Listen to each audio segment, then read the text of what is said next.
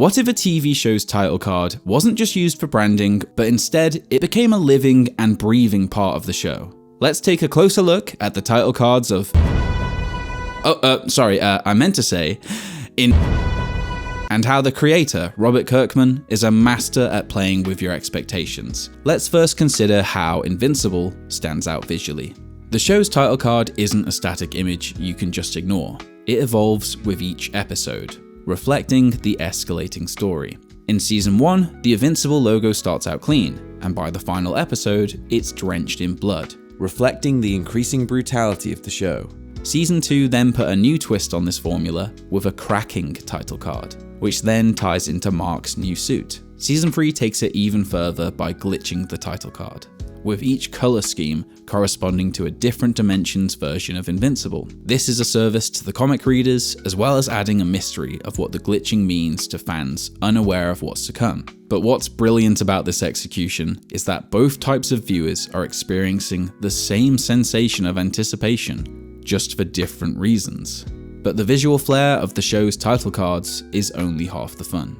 The other half is how the show times the title reveal for maximum impact. Within Invincible, and as you all hopefully noticed, instead of any character actually saying the word Invincible as dialogue, the show cheekily interrupts them with the title card. It's a running gag. Series creator Robert Kirkman came up with this idea to weave the title card into the dialogue, in order to enhance the viewing experience by adding an element of surprise and engagement. And it works like a charm, by surprising first-time viewers and delighting returning fans. This technique actually plays with our expectations in much the same way as the sitcom It's Always Sunny in Philadelphia. In It's Always Sunny, each episode starts with a cold open that typically serves as the jumping off point for the rest of the episode. For example, a cold open might end with a character declaring, "Why would we ever do that crazy scheme?" Which then would smash cut to this. The title card itself becomes a punchline. The abrupt transition from dialogue to title card delivers an unexpected twist, which is a comedic trick that's still just as hilarious nearly 2 decades later. Invincible uses a similar bait and switch, as both shows understand the comedic timing of a smash cut. The difference is that Invincible folds that trick into a dramatic superhero narrative. That's not to be said that it can't be funny, because the dialogue interruption can be darkly funny given the often grim context, but it also serves to keep the tone unpredictable. We're conditioned to brace for the title card at just the right moment, and the show still finds a way to catch us off guard with it. It's essentially a running in-joke between the creators and you, the audience, one that fills us with anticipation and makes us feel clever as viewers for catching it each time. But if the title cards for Invincible are effectively punchlines, what does it do to keep the joke fresh? One of the best examples of Invincible using its title card to subvert expectations is in Season 3's Powerplex episode. By this point in the series, as viewers, we've effectively been trained like Pavlov's dog. Whenever someone is about to say Invincible, we instinctively brace ourselves for the hard cut to the title card. But here, the show takes advantage of that expectation and turns it into something much bigger. Think about it. A character that we've only just been introduced to starts shouting the word Invincible multiple times in his dialogue, smash cutting to the title card over and over again. This isn't just a clever use of editing, it's a statement. The episode is telling us loud and clear that this guy matters. The sheer power of Aaron Paul's frustrated monologue, paired with the repetitive impact of the title card, gives this episode's introduction far more weight than any episode before it. And in just a few seconds, we go from, who is this guy? To, okay, this dude is important. But how does Robert Kirkman subvert your expectations beyond just these title cards? Well, Invincible continually finds ways to toy with the audience's expectations using the very structure of its episodes.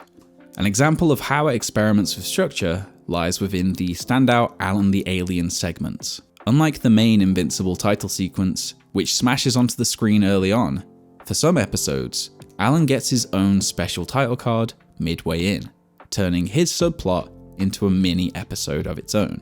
Normally, when a show cuts to a B-plot, it's just that, a cut. A typical show would just fade to another location or character, but Invincible doesn't do typical. It fully commits to the bit as if we've switched to a different TV show entirely. These mini episodes could also play into Robert Kirkman's direction for the show, as he wanted Invincible to be reminiscent of Saturday morning superhero cartoons in terms of art style and execution, with these mini episodes feeling like a deliberate homage to those early mornings, subconsciously resulting in a heartwarming feeling of nostalgia for the viewer. By doing this, the show not only surprises the viewer, but also makes a clear statement. Alan's story isn't just filler, it's crucial. Rather than treating Alan as a fun side character who just pops up every once in a while, Invincible uses these unexpected title swaps to elevate him. The audience subconsciously starts to see Alan as a second protagonist, not just a supporting player. This level of structural playfulness is rare in superhero media, where side characters are often relegated to mere exposition dumps between big fights. But Invincible leans into its comic book roots, and isn't afraid to embrace its cartoon DNA, making these detours feel both fresh and integral to the larger story. And then we also have the post-credit scenes. These days, it's become standard within superhero media to expect a post-credit scene, but Invincible takes that concept and cranks it up to 11. In an insanely brave move, the very first episode used a post-credit scene to essentially define the rest of the show. After what seemed like a normal episode of a Justice League clone, Omni-Man suddenly brutalizes the Guardians of the Globe, completely upending the story and showing the true savage nature of the show. By hiding this shocking sequence after the credits, Invincible used our assumptions of a harmless post-credit teaser against us. This was immensely risky to do, after spending an episode building what appears to be a relatively generic superhero show within a franchise that most viewers haven't even heard of, on top of the fact that people's attention spans tend to drift the second that credits start to roll, meaning that people could have skipped over this crucial scene entirely, but it paid off massively. But why does it feel so good when Robert Kirkman pulls the rug from underneath us again and again? Well, psychologically, it all taps into our brain's love of patterns and surprises. There's a burst of satisfaction when we predict the title card cue, but there's even more when the show riffs on that pattern in a new way. Invincible basically trains its audience to expect the unexpected, making the viewing experience more engaging. Instead of passively sitting back, we're actively paying attention from the get-go. If there's one thing Invincible has proven, it's that even the most familiar parts of a TV show, the title card, the structure, the credits, can be reimagined into moments that surprise, entertain, and deepen the story. Yes, the title cards are brilliant. They serve as branding, foreshadowing, and even define a memorable moment for each episode. But more than that, they're part of a much larger philosophy behind the show, constantly subverting what the audience expects and going against industry tropes. Invincible thrives on catching you off guard. It builds patterns, then gleefully breaks them. And it works, because as viewers, we don't just want predictability. We want to feel clever and in on the joke.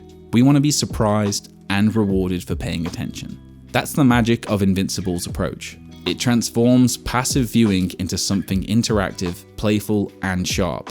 And it shows that even the smallest moments, like a title card, can become storytelling powerhouses when wielded with intent. So if there's a lesson here for you if you're a creator, it's this. Don't just meet expectations, toy with them, twist them, bleed on them if you have to. Because sometimes the most unforgettable moments are the ones that show up exactly when and how you least expect them.